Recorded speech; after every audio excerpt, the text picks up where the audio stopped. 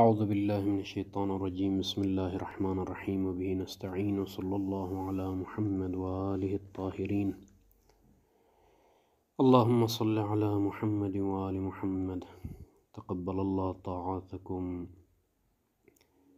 وصیامکم فی شہر رجب المرجب۔ پروردگار ماہ مبارک رجب کے فیوضات سے استفادہ کرنے کی توفیق عطا کریں اور آپ تمام برادران کو سلامتی عطا کرے اور تمام مؤمنین کو اپنے حفظ و امان میں رکھے۔ گفتگو ہماری ادلہ صحت بیع فضولی میں جاری و ساری ہے۔ بات پہنچی تھی ھذا ثم انہ ربما یؤید صحت الفضولی۔ یہاں تک شیخ مصنف کی جو تعبیر تھی سابقہ ادلہ میں یستدل استدلال اور دلالت کی تعبیر تھی، اور یہ تعبیر وہاں استعمال ہوتی ہے جہاں پر دلالت تام ہو تمام جہات سے۔ تو کأنہ مشہور کے نزدیک یا خود شیخ مصنف کے نزدیک جن روایات کی دلالت تام تھی وہاں پر تعبیر استدلال کی تعبیر مصنف نے استعمال کی، لیکن اب چونکہ یہاں سے جو روایتیں بیان کرنے جا رہے ہیں شیخ مصنف، ان روایات میں مختلف جہات سے کمزوریاں پائی جاتی ہے مسئلے پر دلالت کرنے کے لحاظ سے، لہٰذا شیخ کی تعبیر بدل جاتی ہے یہاں سے آگے اور کہتے ہیں کہ یؤید تائید، کبھی بیان کریں گے استئناس، تو یہ تعبیرات استعمال ہوں گی۔ لہٰذا شیخ مصنف فرماتے ہیں کہ جو سابقہ درس میں جو روایت عامہ کے مقابلے میں یہ جبران کرنا ضروری سمجھتا ہوں کہ میں نے نسبت دی ہے اس روایت کی جو کہ عامہ کے مقابلے میں آئی ہے ظاہراً امام باقر کی طرف، بلکہ اصح یہی ہے، درست یہی ہے کہ امام صادق سے وہ روایت وارد ہوئی ہے جو کہ عامہ کے فتوے کے خلاف اور ان کی رائے کے خلاف امام نے احتیاط کا حکم دیا تھا نکاح میں۔ خوب وہ امام صادق علیہ السلام کی روایت ہے۔ تو آج کی اس درس میں شیخ اعظم رحمہ اللہ فرماتے ہیں کہ ثم انہ ربما یؤید صحت الفضولی بل یستدل علیہا۔ اب دیکھیے دو طرح کی تعبیر ہیں، یؤید صحت الفضولی بل یستدل علیہ، ترقی ہے کہ بلکہ تائید سے آگے بڑھ کے ممکن ہے استدلال کیا جا سکتا ہے اس کے اوپر، بروایات کثیرۃ وردت فی مقامات خاصہ۔ مقامات خاصہ یعنی فقہ کے خاص ابواب میں وہ روایتیں آئی ہیں، لیکن ممکن ہے ہمارے مورد مسئلہ جو کہ صحت بیع فضولی کلی طور پر اس کی صحت پر وہ مؤید بنے، یا جو ہے بعض مبانی کی بنا پر یستدل علیہا، قابل استدلال قابل دلالت ہے، صرف تائید نہیں۔ من جملہ ان روایات میں سے مثل موثقت جمیل عن ابی عبداللہ علیہ السلام، امام صادق علیہ السلام سے روایت ہے، جمیل کی موثقہ ہے کہ فی رجل دفع الی رجل مالا، فی رجل، اس رجل سے مراد صاحب مال، وہ شخص جس کے پاس پیسے ہیں، صاحب مال ہے، مالک ہے، دفع الی رجل، یہ باب مضاربہ کی روایت ہے،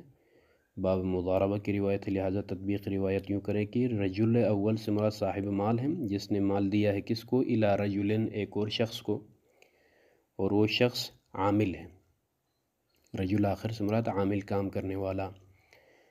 کیا دفع کیا ہے رجل اول صاحب مال نے، مالاً، مال کو دیا ہے، لیشتری بہ، لیشتری کی ضمیر فاعل پلٹتی ہے اس رجل ثانی کی طرف تاکہ یہ عامل خریدے بہ، اس مال کے ذریعے سے کیا خریدے، مفعول، ضربا من المتاع یعنی نوعا من المتاع، مال میں سے خاص قسم خریدے، یہ خریدنا مضاربتاً من باب المضاربہ، اور مضاربہ کا مطلب یہ ہے کہ عامل جا کے کام کرتا ہے، جو منفعت سامنے آتی ہے وہ منفعت تقسیم ہوتی ہے مالک اصلی اور عامل کے درمیان جس طریقے سے آپس میں اتفاق ہوا ہے۔ نصف پر اتفاق ہوا تو وہ نصف جو ہے منفعت آدھی تقسیم ہوگی۔ ثلث ربع خلاصہ جو شرط معاملے میں انہوں نے رکھی ہے، جس پر اتفاق ہوا ہے کہ تم لے جا کے یہ مثلا 1,00,000 دینار دے رہا ہوں، جا کے فلان چیز خریدو اور فلان چیز کا کاروبار کرو۔ اب وہ جا کے کاروبار کرتا عامل اور واپس جب آتا ہے تو جو منفعت سامنے آتی ہے راس المال کے علاوہ وہ منفعت تقسیم ہوتی ہے۔ یہ تقسیم علامہ شرطا جو انہوں نے شرط رکھی ہے، جس پر اتفاق ہوا ہے، وہ ممکن ہے ثلث پر ہو، ربع پر ہو، نصف پر ہو، خلاصہ جس طریقے سے اتفاق ہوا ہے۔ تو خلاصہ کلام روایت کا مضمون یہ ہے کہ صاحب مال نے کہا تھا ایھا العامل، یہ مال میں آپ کو دے رہا ہوں، جا کر فلان چیز ضربا من المتاع، ایک خاص چیز کا نام دے رہا مالک کی، اس کا کاروبار کرنا ہے، وہ چیز خریدنی ہے۔ اب یہ بندہ خدا فاشترا غیر الذی امرہ، یہ رجل یہ عامل گیا جا کر فاشترا، اس عامل نے خریدا غیر الذی امرہ، جس کا حکم مولا نے دیا تھا، صاحب مال نے دیا تھا، اس کے علاوہ کوئی اور مال خریدا۔ تو اب یہ مسئلہ امام کے پاس، امام صادق علیہ السلام کے پاس پیش کیا گیا۔ یہ اپنا رسول اللہ عامل کو پیسے دیے تھے اور اس نے جا کر اور صاحب مال نے کہا تھا کہ فلان چیز، خاص چیز کا نام دیا تھا، اور اب یہ عامل جا کر جو ہے کوئی اور چیز کا معاملہ کیا ہے، کسی اور کاروبار میں جو ہے وہ پیسے لگا دیے اور یہ منفعت سامنے آئی ہے۔ تو امام نے فرمایا قال هو ضامن، عامل ضامن ہے، اصل مال جو راس المال اس کو دیا ہے اس کی ذمہ داری اس کے پاس ہے، تلف ضائع نقصان جو بھی اس لحاظ سے وہ اٹھائے گا وہ ضمانت اس کے پاس ہے، وہ ضامن ہے۔ یہ نقطہ مہم نہیں ہے۔ اب جو دوسرا مسئلہ ہے، امام نے حکم صادر کیا کہ والربح بینہما، اور جو منفعت سامنے آئی ہے وہ منفعت دونوں کے درمیان تقسیم ہوگی علی ما شرطہ، علی ما شرطہ، جو شرط صاحب مال نے رکھی ہے اس شرط کی بنا پر وہ منفعت تقسیم ہوگی۔ خوب، وہ شرط جو بھی ہو، مثلا جس پر اتفاق ہوا ہے آپس میں، جیسا کہ بیان کیا۔ وَنَحْوِهَا، نحو مثل هذه الرواية، مثل هذه الموثقة، غيرها الوارد في هذا الباب، جو اس باب مضاربہ میں ایسی روایتیں وارد ہوئی ہیں ان کے ذریعے سے مسئلہ فضولی کی صحت کی تائید کی جا سکتی ہے یا اس پر استدلال کیا جا سکتا ہے۔ خوب، اب آ جائیں یہاں اس روایت میں 3 طریقوں سے، چونکہ شیخ مصنف نے دو چیزیں بیان کی ہیں، اور جو یستدل استدلال کیسے کیا جا سکتا ہے، مرحلہ دلالت تک روایت کیسے پہنچتی ہے، اس مسئلے کو بیان نہیں کیا ہے۔ تائید کا منشأ تائید، وجہ تائید، وہ شیخ اعظم نے بیان کیا ہے، اور ایک اور تعبیر ہے جو کہ انشاءاللہ عبارت میں آ رہی ہے، استئناس، یعنی یہ روایت بیع فضولی سے مانوس ہے، اجنبی نہیں ہے، وحشی نہیں ہے۔ تو یہ تعبیرات مکاسب میں استعمال ہوں گی، فیہ استئناس، فیہ تأیید، فیہ استدلال اور فیہ دلالہ۔ ان تعبیرات پر توجہ رکھنی ہے کہ آخر یہ تعبیر کیوں استعمال ہوئی، مثلا استدلال کیوں نہیں کہا، مثلا دلالت کیوں نہیں کہا، استئناس کہا، یا جو ہے تائید کیوں نہیں کہا مثلا۔ تو اب آ جائیے روایت کا ترجمہ بیان ہونے کے بعد شیخ فرماتے ہیں کہ فَإِنَّهَا، یہ روایت، اب یہ جو نقطہ ہے جس پر شیخ ابھی چونکہ بیان کیا میں نے، وَالرِّبْحُ بَيْنَهُمَا عَلَى مَا شَرَطَهُ، یہاں یہ غور کرے کہ تقریب استدلال اس طرح سے ہے، اس عامل کا، جو عامل نے جو کام انجام دیا ہے صاحب مال کے پیسے سے، اس کام کی اجازت پہلے سے نہیں تھی، چونکہ عامل نے کہا تھا، مالک نے کہا تھا کہ جا کے کپڑے کا کاروبار کرنا ہے، اس بندے نے جا کر کسی اور چیز کا جو ہے، کسی اور مال کا کاروبار کیا ہے، تجارت کی ہے، تو جب اس عامل نے پیسے کسی اور چیز میں لگائے ہیں تو یہ جو معاملہ کیا ہے عامل نے، هذه المعاملہ فضولیۃ، فضولی ہے، چونکہ عامل صاحب مال نے کہا تھا کپڑے کا کاروبار کرنا ہے، اس نے جا کے جو ہے کسی اور چیز کا کاروبار کیا، تو یہ معاملہ فضولی ہے۔ جب امام سے پوچھا گیا تو امام نے مطلقاً، توجہ کے ساتھ، مطلقاً فرمایا کہ والربح بینہما، ربح دونوں کے درمیان شرط کے مطابق تقسیم ہوگا۔ یہاں اجازت کی بات نہیں ہو رہی ہے، مالک کی طرف سے اجازت ہوگی یا نہیں، اجازت کے بعد یہ منفعت تقسیم ہوگی یا بدون اجازت، مطلقاً امام نے حکم صادر فرمایا کہ والربح بینہما، منفعت دونوں کے درمیان تقسیم ہوگی۔ سوال ہمارا یہ ہے کہ یہاں پر تو یہ معاملہ جا کے عامل نے کیا ہے چونکہ مالک نے خاص معاملے کی اجازت دی تھی، باقی دوسرے معاملے کے بارے میں عامل نے کچھ نہیں کہا تھا، عامل نے اجازت نہیں دی تھی، عامل نے اس کو اذن نہیں دیا تھا، اس کے باوجود جا کے اس نے کوئی اور کاروبار کیا ہے، تو یہ معاملہ فضولی ہے، کیونکہ دوسرے کاروبار کے لحاظ سے جو بدون اذن کیا ہے، اس کے لحاظ سے یہ عامل نہ مالک ہے، نہ معذون ہے، نہ وکیل ہے، تو یہی تو ہے معاملہ فضولی۔ جب امام سے پوچھا گیا تو امام نے یہ نہیں فرمایا کہ اجازت، اگر یہ مالک راضی ہو بعد میں یہ اگر اجازت دے دے تو پھر یہ منفعت تقسیم ہوگی، اس طرح سے نہیں فرمایا، بلکہ مطلقاً راضی ہو یا نہ ہو، اجازت دے یا نہ دے، مطلقاً فرمایا کہ جو ہے اجازت کا تذکرہ ہی نہیں کیا امام نے، مطلقاً فرمایا کہ الربح بینہما۔ تو اسی لیے شیخ فرماتے کہ فَإِنَّهَا، یہ موثق جمیلہ، ان ابقیت علی ظاہرہا، اپنے ظاہر پر اگر برقرار رکھا جائے، کیا ہے وہ ظاہر روایت؟ من عدم توقف ملک الربح، منفعت کی ملکیت موقوف نہیں ہے، علی الاجازہ، اجازہ پر موقوف نہیں، یہ ہے ظاہر روایت جس پر میں زور دے رہا تھا، تکرار کر رہا تھا، والربح بینہما، امام نے مطلقاً فرمایا کہ ربح دونوں کے درمیان تقسیم ہوگی، یعنی اجازت کی ضرورت نہیں ہے، اجازت دینے کی ضرورت نہیں ہے، بعد میں راضی ہونے کی ضرورت نہیں ہے، بس ختم، معاملہ ٹھیک ہے، منفعت تقسیم کرو، کیونکہ تقسیم منفعت اس بات کی دلیل ہے کہ معاملہ درست ہے، وإلا سرے سے ہی اگر معاملہ باطل ہوتا تو یہ حکم نہیں ہوتا امام کی طرف سے کہ منفعت تقسیم کرو۔ ظاہر روایت یہ بتا رہا ہے کہ جو ہے ربح کی ملکیت، منفعت کی ملکیت موقوف نہیں ہے اجازت پر، ہو کما نسب الی ظاہر الاصحاب، اصحاب یعنی مشہور کی طرف یہ نسبت دی گئی ہے کہ بدون اجازہ یہاں پر بلے اجازے کے بغیر ہی منفعت تقسیم ہوگی، مالک کی طرف سے اجازت دینے کی ضرورت نہیں ہے۔ خوب، وعد هذا، بین قوسین کی عبارت ہے یہ، وعد هذا خارجا عن بیع الفضول بالنص کما فی المسالک وغیرہ، صاحب مسالک بلے وغیر صاحب مسالک نے اس مسئلے کو سرے سے ہی کیا کیا ہے، فضولی ہونے سے خارج کیا ہے، بیع فضولی ہونے سے خارج کیا ہے۔ وہ کس اعتبار سے؟ کیونکہ یہ خروج ایک دفعہ موضوعاً ہے، ایک دفعہ حکماً ہے،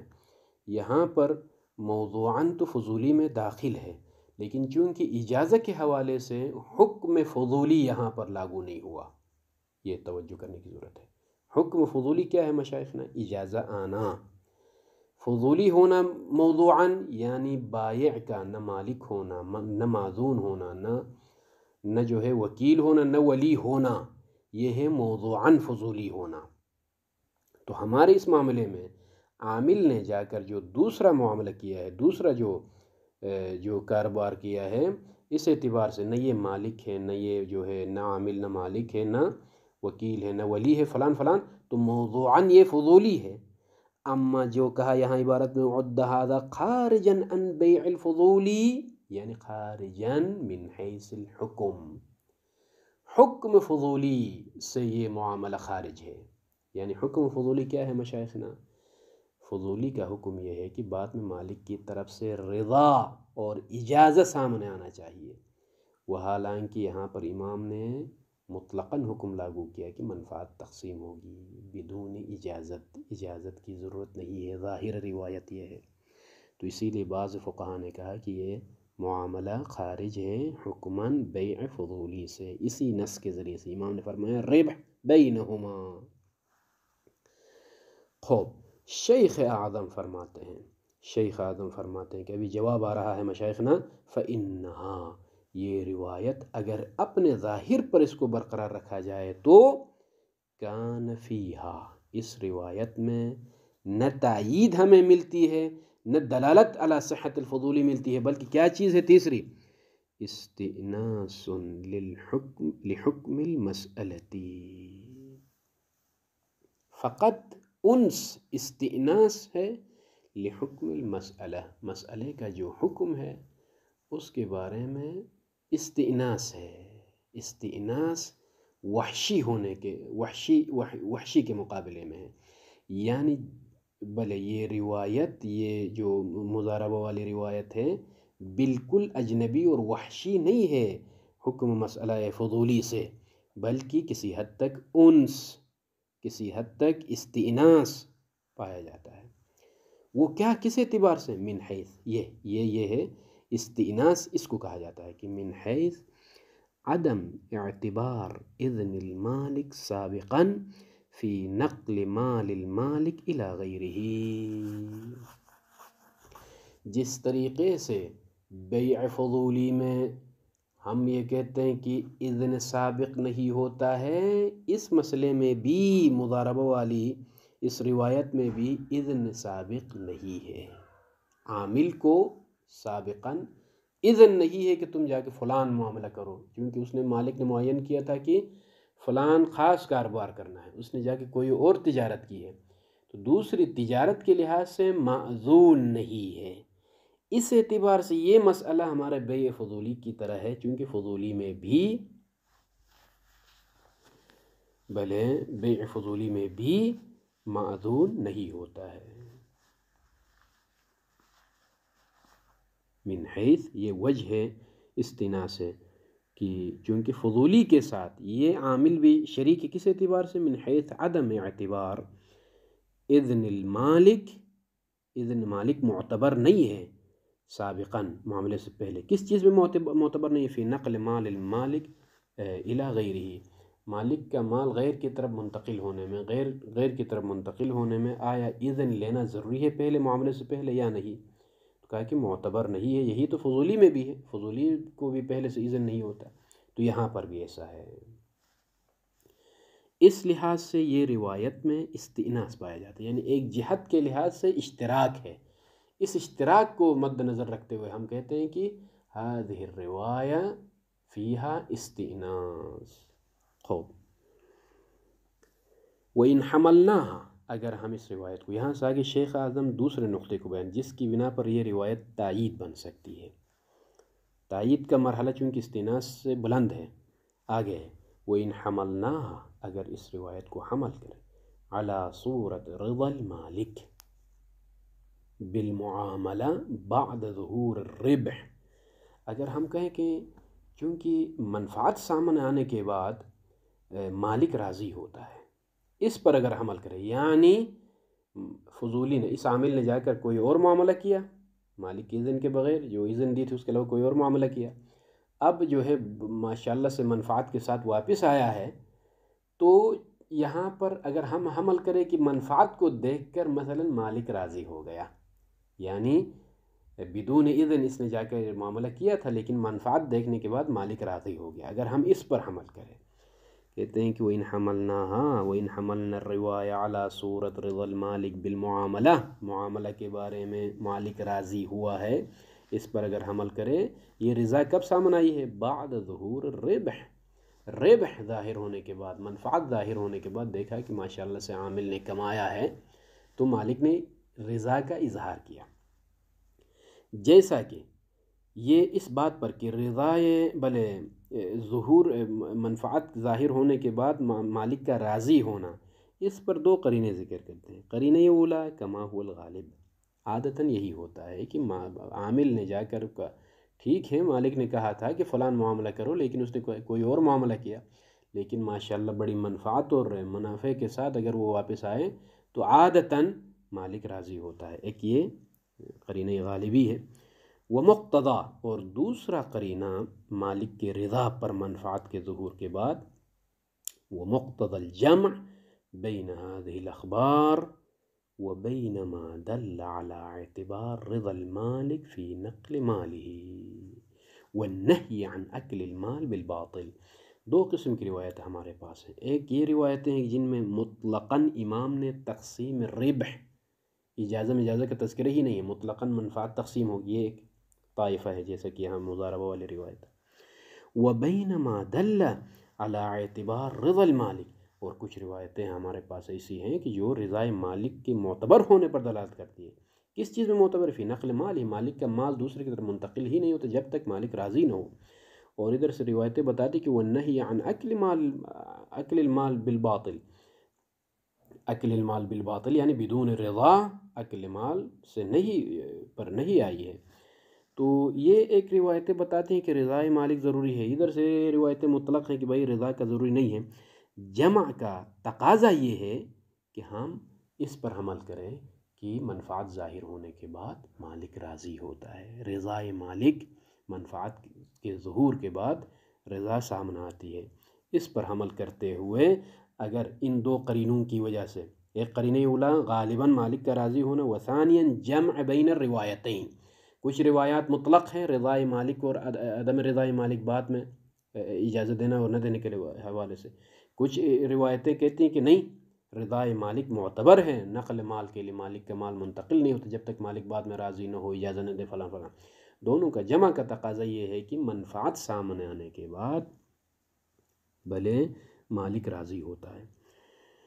تو پھر ایسی صورت میں اندرجت المعاملۃ فی الفضولی وَإِنْ حَمَلْنَاهَا، اگر ہم روایت کو حمل کریں اس صورت پر، یعنی رضا مالک راضی ہو گیا بعد میں، تو معاملہ داخل ہوگا کہاں پر؟ فضولی میں داخل ہوگا۔ تو مشائخ نے یہاں پر رکنے کی ضرورت ہے۔ معاملہ فضولی میں داخل ہو گیا، کس اعتبار سے داخل ہو گیا؟ یہاں پر ہم موضوعاً داخل ہو گیا، ہم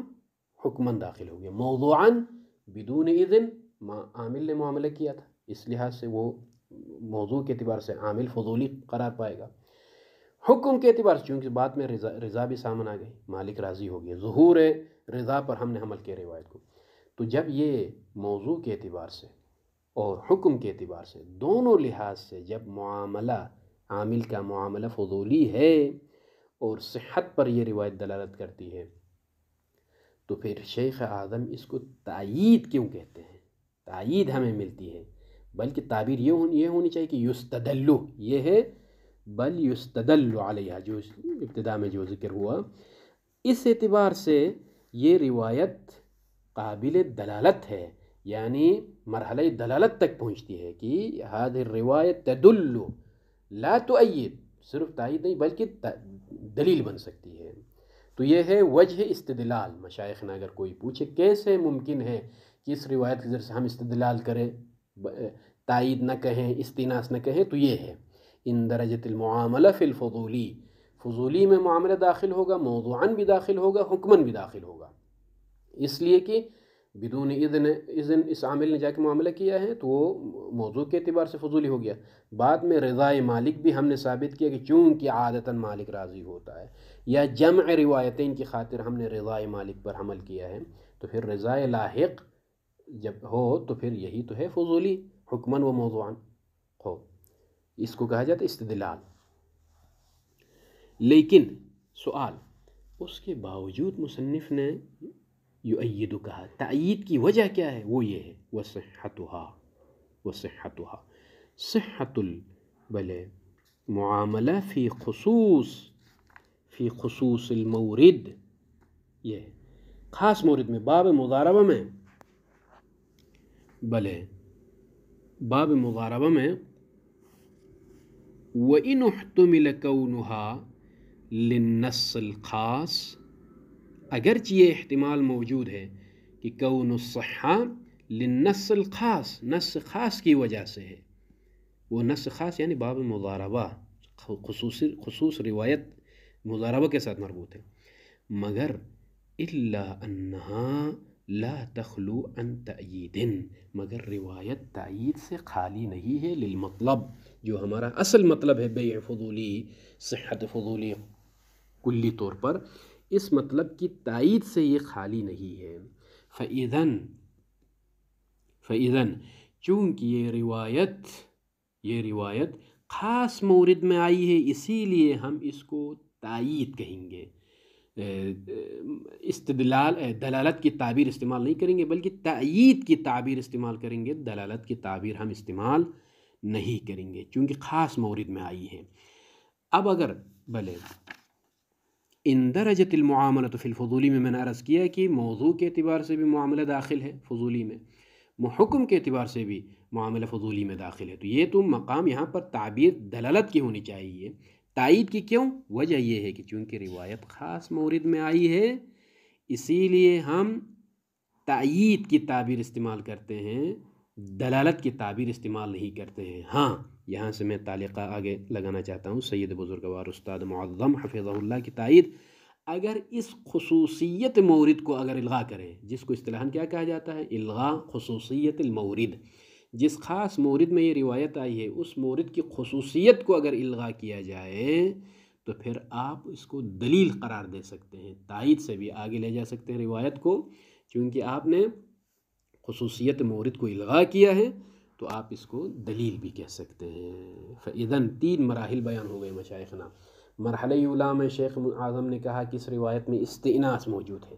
وجہ استئناس بیان ہو گئی۔ مرحلہ ثانی میں شیخ اعظم نے کہا کہ یہ تائید ہے، تائید کی وجہ چونکہ مورد خاص میں آئی ہے، وحالانکہ موضوعاً و حکماً بلے فضولی ہے، لیکن فضولی خاص، فضولی عام نہیں، باب مضاربہ میں یہ فضولی ہے، دیگر ابواب میں نہیں، باب مضاربہ میں یہ فضولی ہے۔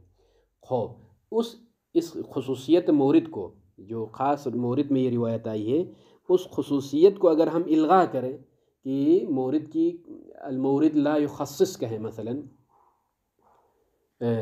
عفواً بلکہ کہے کہ اس مورد کی کوئی خاص وجہ نہیں ہے،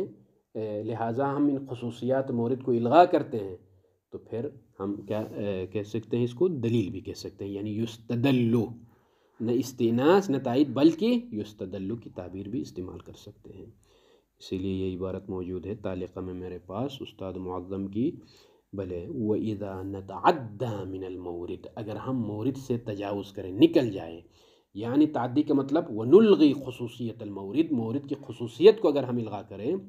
تو تکون الروایت دلیلا قطعا، قطعی طور پر روایت دلیل ہوگی، نہ تائید نہ استئناس، یہ تعبیر استعمال نہیں ہوگی بلکہ دلیل کی تعبیر استعمال ہوگی۔ ومن هذا القبیل یأتی الکلام، وصلی اللہ علی محمد وعلی